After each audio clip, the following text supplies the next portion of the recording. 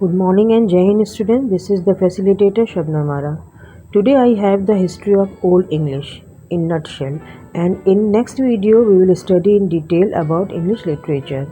So English country was very cold.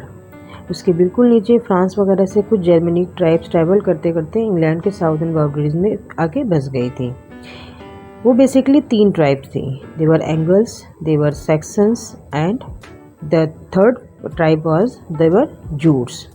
इन तीनों tribes ने यहाँ आकर अपनी एक सिविलाइजेशन क्रिएट की, लेकिन ये लोग सिविलाइज नहीं थे। ये लोग जंगली थे, बारबैरिक थे, ये आदिवासी जीवन बिता रहे थे। इनकी कोई अपनी पर्टिकुलर फॉर्म ऑफ लैंग्वेज नहीं थी, कल्चर नहीं था, कोई इवोल्व फॉर्म ऑफ लिटरेचर भी नहीं था। They didn't have proper religion. ये क्रिश्चियनिटी को नहीं फॉलो कर रहे थे इस टाइम तक। ये उस टाइम पर अपने खुद के लोकल गॉड्स को फॉलो कर रहे थे, जिनको कि हम कहते हैं पैगन गॉड्स। उसके बाद इन पे रोमन अटैक होता है। उस ड्यूरिंग भी उनके पास कोई सिविलाइजेशन नहीं आ पाती इन अ वे। इसके बावजूद भी हम देखते हैं कि कुछ ऐसे आयरिश मॉन्क्स थे जिन्होंने जो कि ट्रैवल करते करते कुछ हद तक वहाँ पर कुछ इंग्लिश वर्ड्स को, कुछ क्रिश्चियन वर्ड्स को उन्होंने स्प्रेड करने की कोशिश की थी। तो after a couple of year हम देखते हैं कि इनकी एक एंशियंट फॉर्म ऑफ लैंग्वेज ज़रूर डेवलप हो जाती है, और वो जो एंशियंट फॉर्म ऑफ लैंग्वेज है उससे जो लिटरेचर हमें मिल रहा है वो है Anglo Saxon literature. Essentially English language की जो एंशियंट डायलेक्ट है, जो सबसे अहम हमारे लिए सबसे फारदेस्ट डिटेक्टेबल डायलेक्ट है जो इंग्लिश की हमारे पास, वो है एंग्लो सैक्सन डायलेक्ट। आज के मॉडर्न एरा के रीडर के लिए उसको समझना डिफ़िकल्ट होगा, लेकिन डेफिनेटली हमने उसको पढ़ के उसकी ट्रांसलेशन भी कर रखी है। याद रखने की बात यह है कि एंग्लो सैक्सन पीरियड में उस समय की जो नेटिव्स थे वो इंग्लैंड में वहाँ पे थे, और वहाँ पर जो रह रहे थे और जो पोएट्री वो मिली है हमें वहाँ से, वो मैन्युस्क्रिप्ट में फाइंड की गई है। और उस टाइम पे जो कुछ मेजर मैन्युस्क्रिप्ट मिले थे, उन मेजर मैन्युस्क्रिप्ट से जो पोएट्री हमें मिली है, रिकवर की गई है, उसके जो एग्जांपल्स कुछ हैं वो है कॉटन बुक, एक्स्टर बुक, और कुछ मैन्युस्क्रिप्ट से इस टाइम की पोइट्री जो हमें रिकवर हुई है।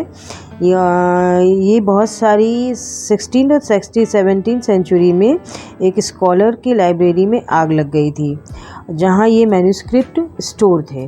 सो काफ़ी उसमें से रिकॉर्ड जल गया था। Records burn and we couldn't save them. तो एक्चुअली जितने होने चाहिए थे आज हमारे पास है नहीं। इन टोटल अगर हम देखें तो एंग्लो सैक्सन एरा से जो हमारे पास पोइट्री मिली है, जो रिकवर हुई है, उसकी 30,000 लाइन्स ही हमारे पास आती हैं, हमारे पास आज के टाइम पे अवेलेबल हैं।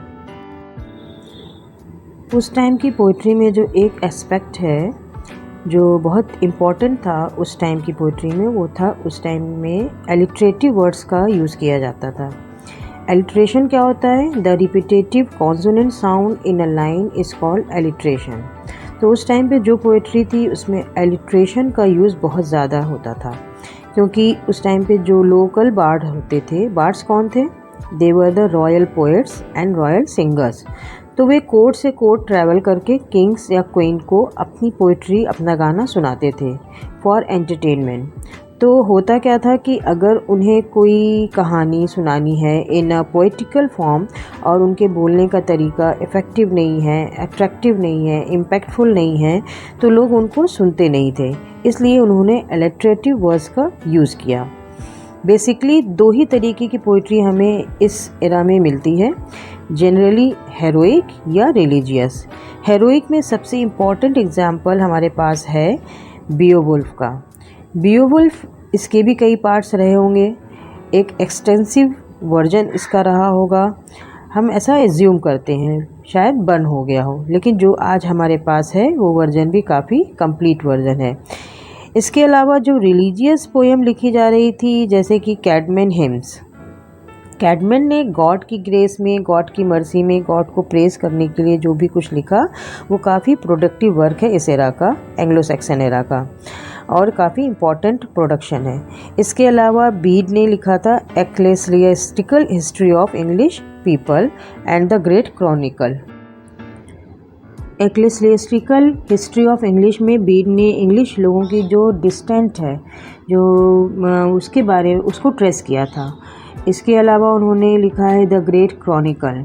जिसमें उन्होंने बाइबल के क्रिएशन के बारे में, बाइबल के डिफरेंट एस्पेक्ट्स के बारे में, बाइबल के एवोल्यूशन के बारे में डिस्कस किया है।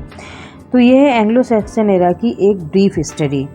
नेक्स्ट वीडियो में हम डिटेल स्टडी करेंगे। Till then good bye and जय हिंद।